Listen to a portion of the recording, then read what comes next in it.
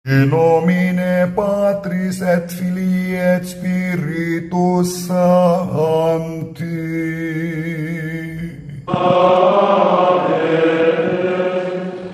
Dominus vobiscum.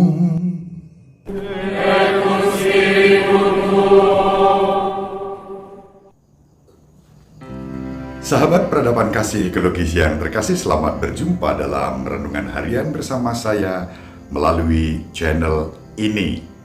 Semoga panjenengan selalu diberkati Tuhan dengan kesehatan, tetap semangat, dan selalu bahagia karena Tuhan sumber kebahagiaan kita.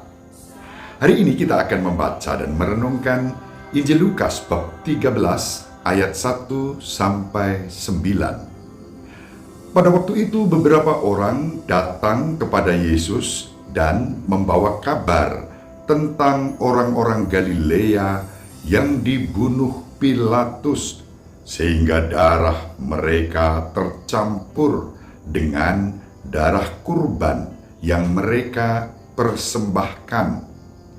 Berkatalah Yesus kepada mereka, "Sangkamu orang-orang Galilea ini lebih besar dosanya daripada semua orang Galilea yang lain, karena mereka mengalami nasib itu? Tidak, kataku kepadamu. Tetapi jikalau kalian tidak bertobat, kalian semua pun akan binasa dengan cara demikian. Atau sangkamu ke-18 orang yang mati ditimpa menara dekat Siloam lebih besar kesalahannya daripada semua orang lain yang diam di Yerusalem? Tidak, kataku kepadamu.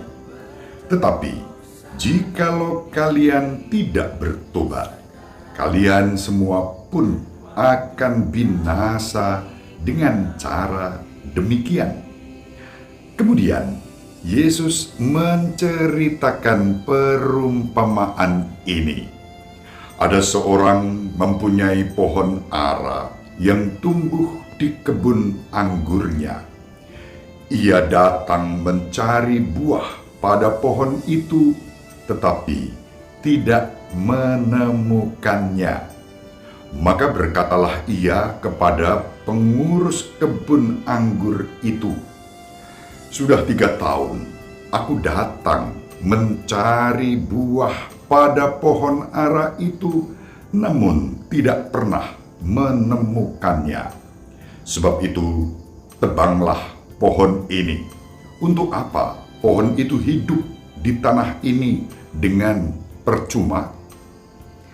Pengurus kebun anggur itu menjawab, "Tuan, biarkanlah pohon ini tumbuh selama 1 tahun ini lagi.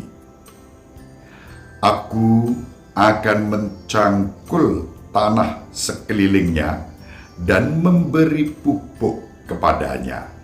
Mungkin tahun depan akan berbuah. Jika tidak, tebanglah." Demikianlah sabda Tuhan. Terpujilah Kristus.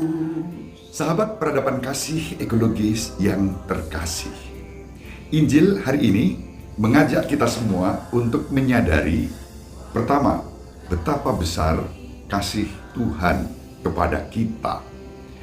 Sering kita berpikir bahwa orang-orang yang mengalami hidup yang berat, kecelakaan, bahkan kematian dengan cara yang mengerikan, seakan-akan mendapat hukuman dari Tuhan. Benarkah demikian? Jawabannya, seperti yang dikatakan oleh Yesus dalam Injil hari ini, tegas. Tidak. Tuhan tidak pernah menghukum siapapun. Justru Tuhan selalu memberi kesempatan kepada kita untuk berubah, bahkan untuk bertobat dan berbuah. Itu inti dari bagian pertama Injil hari ini yang kita hubungkan dengan bagian kedua, yakni perumpamaan tentang pohon ara yang tidak berbuah.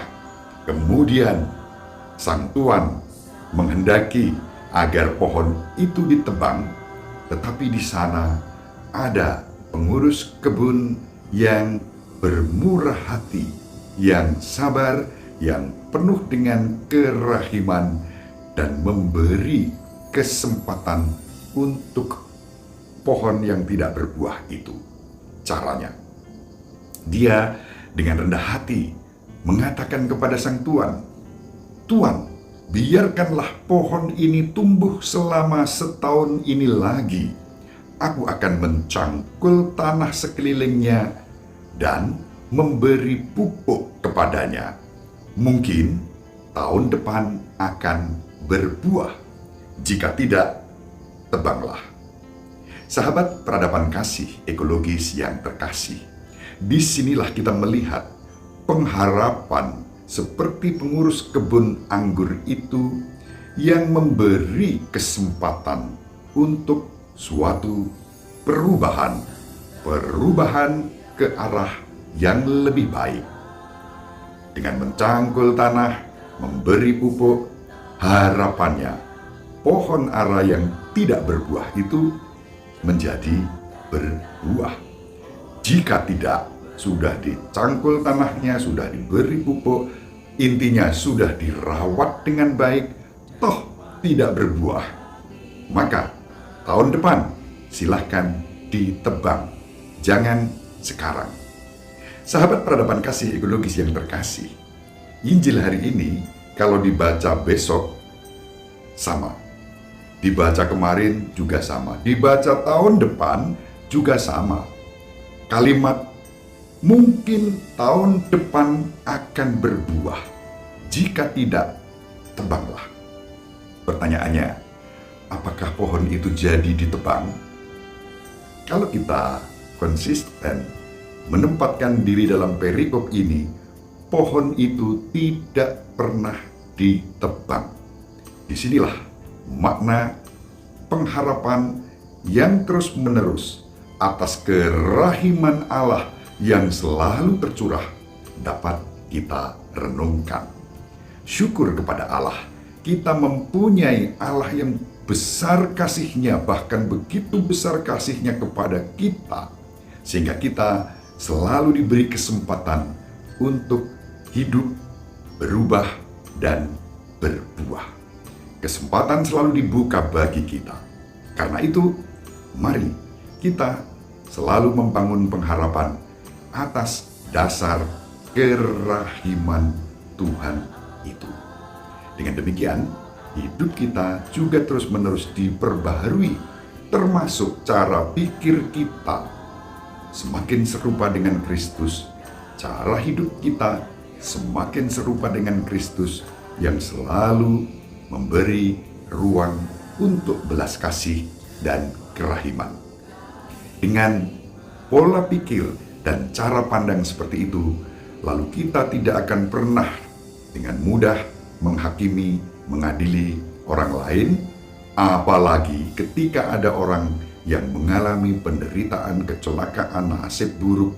Semua itu bukan hukuman dari Tuhan, melainkan kesempatan bagi Tuhan untuk menyatakan kerahiman dan kemurahan-Nya.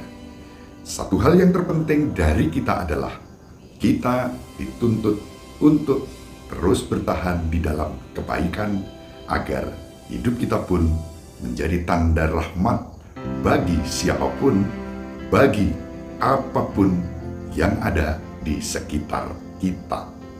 Mari kita saling mendoakan agar kita diberi rahmat, kesabaran, ketekunan, pertobatan, dan penyerahan diri kepada Tuhan yang penuh kerahiman. Ibu Maria selalu mendoakan kita. Bapak Yosef merestui kita dengan keheningannya. Semoga sahabat peradaban kasih ekologis yang terkasih, panjenengan semua bersama seluruh anggota keluarga dimanapun berada, dibimbing, dilindungi, dan diberkati oleh Allah yang Maha Kuasa, Bapa dan Putera dan Roh Kudus. Amin.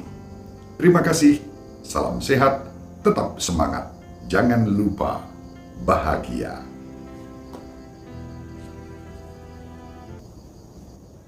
Sahabat peradaban kasih yang terkasih, sampai jumpa pada episode berikutnya. Terima kasih atas kebersamaan kita. Salam peradaban kasih ekologis, berkah dalam